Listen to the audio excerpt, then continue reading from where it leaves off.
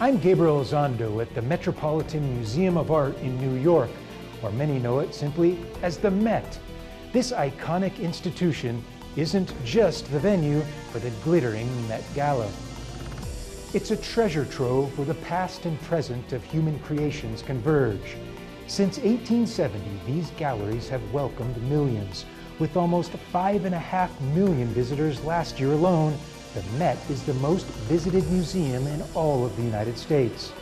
Each step through these corridors echoes with the footsteps of countless others, all here to witness the stories of humankind captured in art. From the ancient civilizations of the Near East and Egypt to the classical forms of antiquity, and from the masterful paintings and sculptures of Europe to the rich narratives of Byzantine and Islamic art, and of course, a continent of immense artistic and cultural heritage, Africa. The Met is currently transforming its African art galleries, promising an inspiring journey through its history and artistry, as well as fresh perspective. Join me as we explore the Met's evolving landscape as Max Hollein, the Director and Chief Executive of the Metropolitan Museum of Art, talks to Al Jazeera.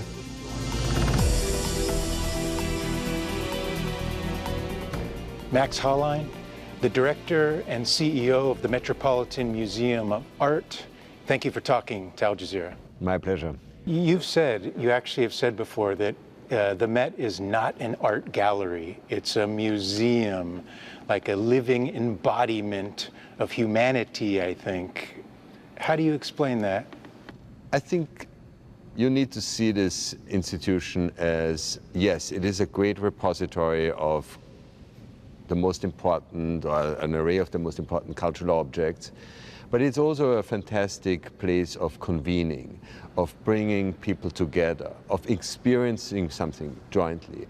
So in a sense, it is, no, it's not just a gallery. It is a museum in its best possible way, something that basically preserves, but actually also connects, and that really for so many feels it's their museum. It's, so to say, my museum, my home away from home often. And I think that spirit is really something that makes the Met quite special. We are not a national gallery. We are really a museum for the world, of the world. And in that context, I think it's something that really is deeply meaningful for so many people. Let's just take a step back a minute and remind people around the world about the Met. 154 years, history. Mm-hmm. Thousands of artifacts and pieces of art on display at any given time, a staff of 2,200 people, an endowment of more than $2 billion.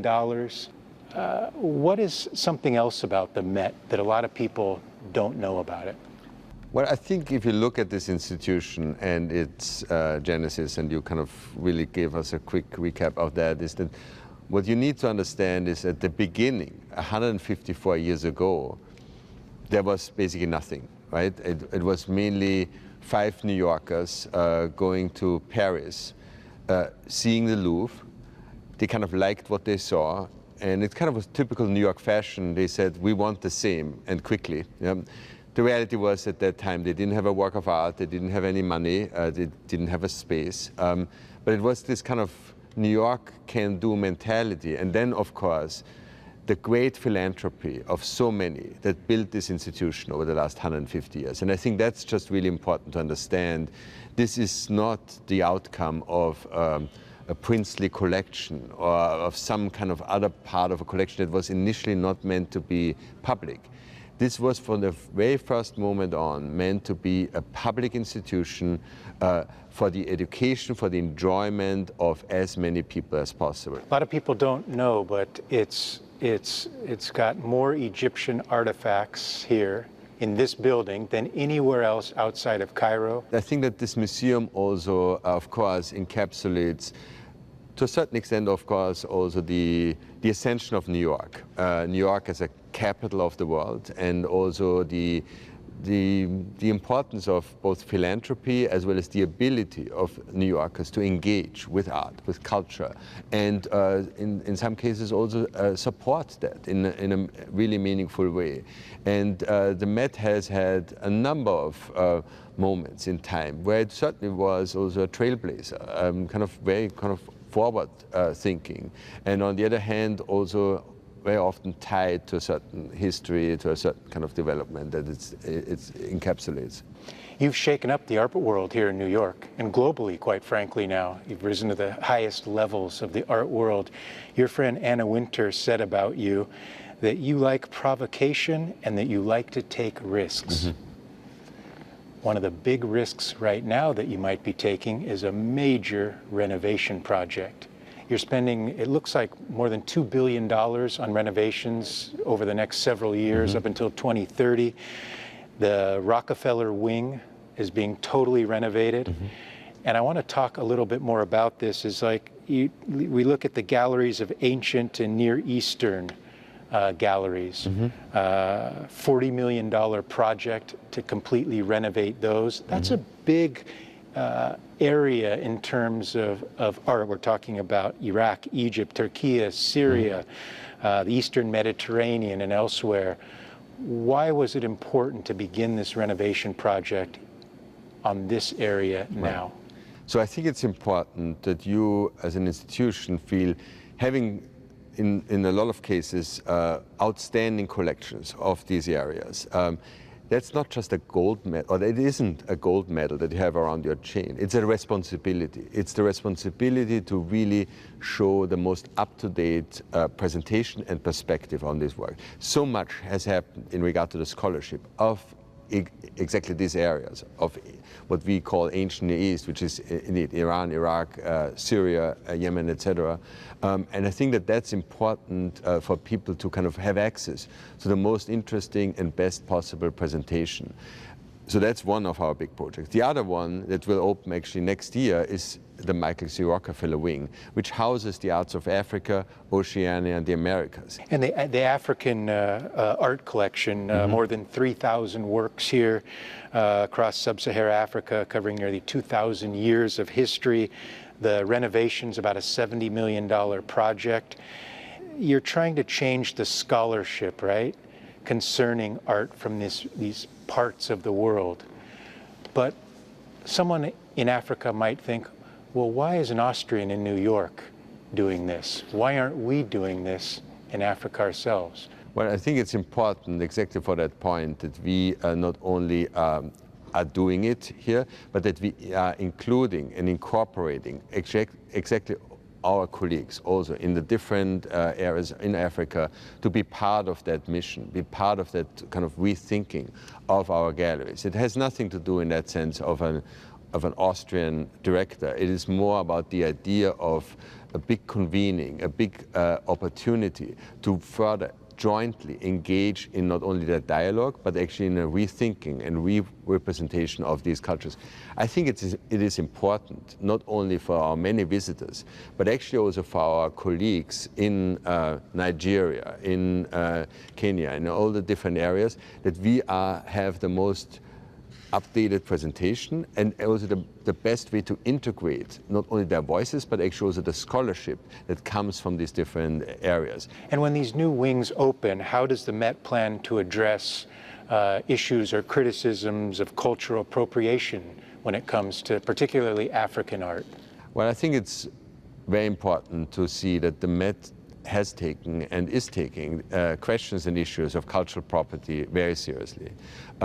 First, I would like to say that the Met is a very good place for works of art. We take care of them, we share them, we make them accessible, we continuously think about how to best present them for the world and with the world. On the other hand, we also apply a scrutiny on our collection, its genesis and its provenance, in a way that probably no other museum on that scale does. And so our commitment is there that nothing should be exhibited here that we should not own, or that was illegally transported out of a country. And that's something that we are committed to in regard to our provenance research and as well as in our practices of restitution. On the other hand, of course, we believe strongly, as do our peers and colleagues, that it's so important to have places like the Met that show the cultures of the world coming together in dialogue, in concert, that allow an understanding of a joint human culture, so to say. And I think that's something that a universal museum like the Met stands for, and that it also caters to a desire all around the world. I think it's just so important for us, and also for the director of the Met, to not just open a wing on African art, or a redone wing on African art, but really be part of the dialogue, the discourse on site, on the ground, in the different regions in Africa, to see, to understand, to be in contact, and actually also to form new, I would say, exchanges, new relationships, new ways of how we collaborate with our colleagues, with institutions in Africa in that context. A Wing for African Art really also has a number of very important, so to say, next steps in the understanding of African art embedded in it. One is we will make sure that you can clearly discern the different cultures of Africa. We keep talking about Africa, it's a big continent, it's so many different cultures, and so we want to make sure that you as a visitor, but actually also we as an institution, make sure that you understand that these are different, very complex dialogues in connections. We also want to make sure that wherever possible, we really identify the artist having done the work, same as we do for many other areas. And we want to make sure that we can document and share with you in the best possible way the context, how these works came about, where they were situated, how they kind of connect with with African heritage in its broadest context. And that was also a part of my trip, that I visited a lot of the most important African cultural sites in southern and eastern part of Africa. Yeah, I mean, you went to South Africa, of course, you went to Zimbabwe, but you also found yourself on a very remote island in Tanzania, right, with a population of only a few hundred people. Right. Why did you put that on your agenda specifically? It was important for us to visit these outstanding, so important sites of African heritage. And so that was, of course, true for the Great Zimbabwe Monument, but it was especially true for Kilwa Island. Kilwa Island was this outstanding dwelling, this great kingdom at a certain point that basically, yes, it had kind of, it's almost forgotten, but it's on the other hand such an important cultural site. So for me to have an opportunity to see it, to experience it, but also to be able to document it together with our team as such an important site, on par with major sites in Europe, of course, South America, or what have you. It's just really, it's not just a gesture. It was an important, totally uplifting and revelatory moment. And what did people there tell you? I think that if you are there, first of all, I think there's enormous pride in having that site. There is also challenges in preserving them, yeah. And I think we are part of that. The World's Monument Fund, a partner with us, is also kind of part of that kind of endeavor. But it's for many it was important not only that we are there, that we kind of documented that it will play an important role in the new wing of the newly installed wing of the Metropolitan Museum, but it basically meant for many that this connection, not only with the Met, but us, the Met, connecting this special site, this special island, with the many other sites that the Met also represents, was enormously meaningful, and that they are very much looking forward to that. So what you see here is, on one hand, a very special presentation. On the other hand, really a bringing together of two core parts of the Met's collection, and kind of reuniting Africa in that context. So of course the Met has an outstanding collection of Egyptian art, we spoke about that. And of course also our very important collection of African art, which comes from the initially from the great gift of Nelson Rockefeller in honor of his son.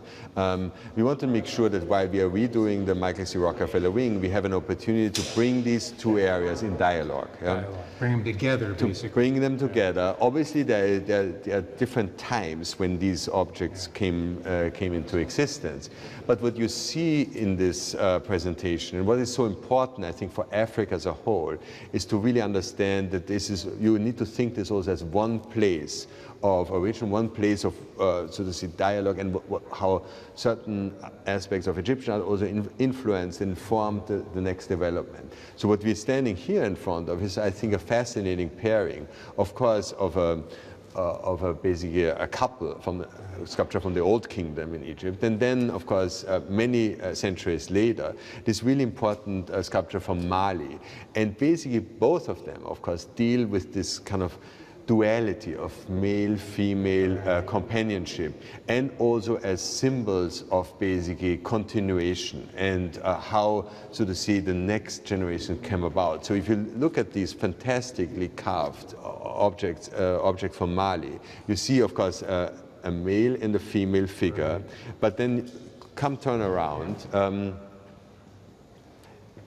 and kind of the back kind of really reveals, on purpose, like from the front, it was, I mean, the differentiation between male and female is there, but that's not the main purpose. It was really showing the bond, the duality, the joint purpose. You see how the male figure with this basket is basically identified as the nurturer. I see. And then her is with her child kind of on her back, is basically the one who kind of continues the generation to come in a certain way, that she's, you see a kind of this idea of continuation and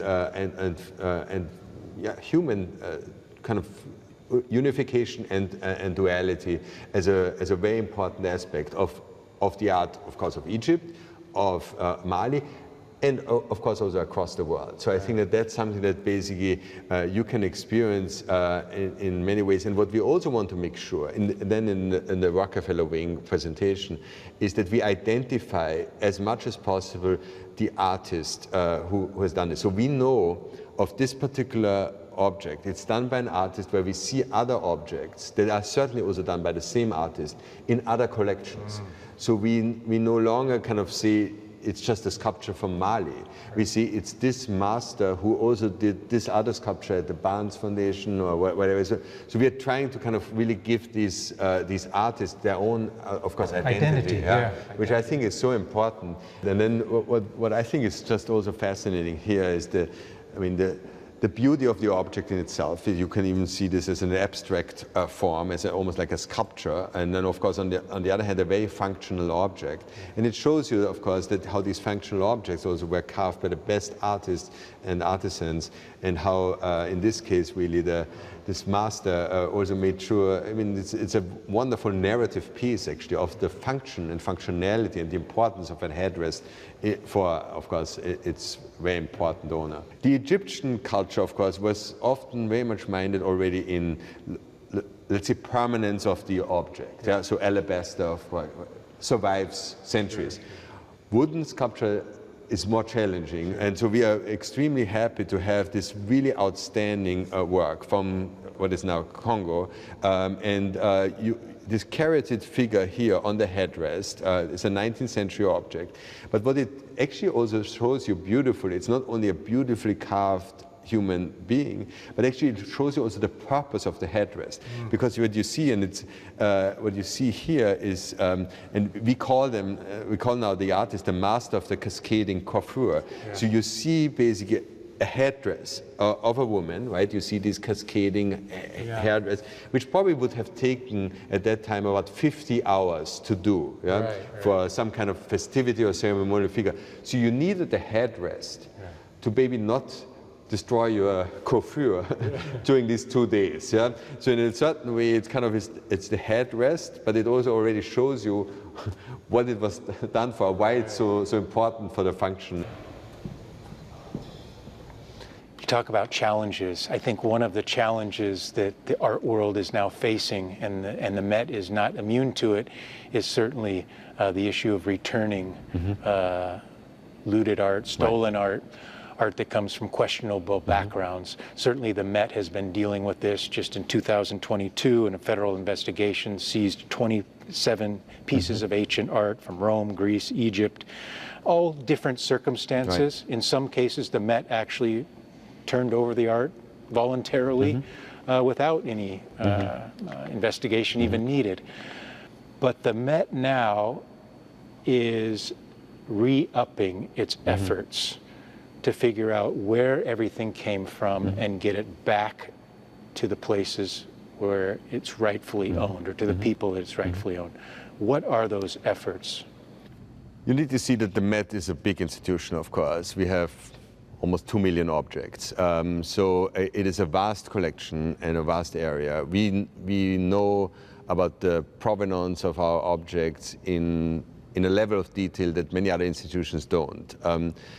On the other hand, there are certain areas, and of course, especially also because the Met's collection really grew or started to come into existence only 150 years ago. So we basically acquired these all on the market or got them as donations from collectors.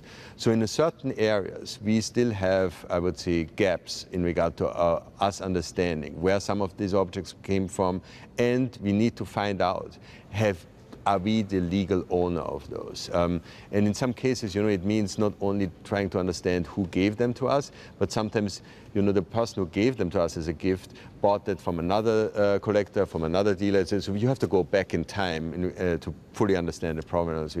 We want to make sure that, so to say, staff time is not a factor, meaning we want to do this work as diligently, but actually also as speedily as possible. So that's why we increased our staff for provenance research to 11 people, which is the biggest provenance research team probably in a museum environment, to be able to, so to say, do the work in the most profound and actually also in the most forthcoming way. You will probably hear from the Met again about this or the other restitution to some of the countries. It's not something that basically is systemic across the institution, but we also now have access to information that we haven't had like 20 years ago, or even 10 years ago.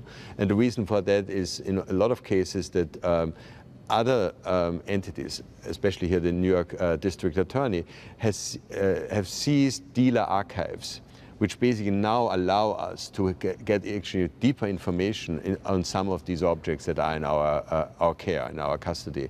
And in the cases where we find out that they got illegally removed from the country, we are restituting them and returning them to the source country. And why should artifacts from India, Egypt, or China even be at the Met?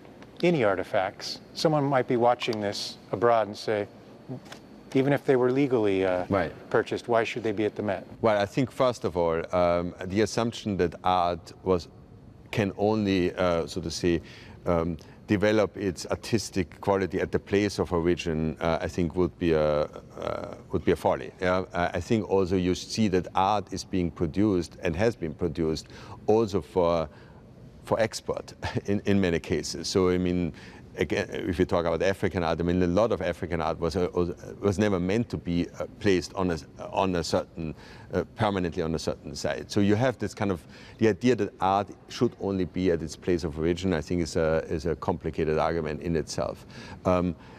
The other element of this conversation is, I think it's really important that we have an ability to understand each other cultures. And I think that this is something that basically, if you're only able to understand the cultures of other regions, other countries, other parts of the world by traveling to them, I think it will create a really a very limited access to this kind of broader understanding of cultural dialogue and also cultural history.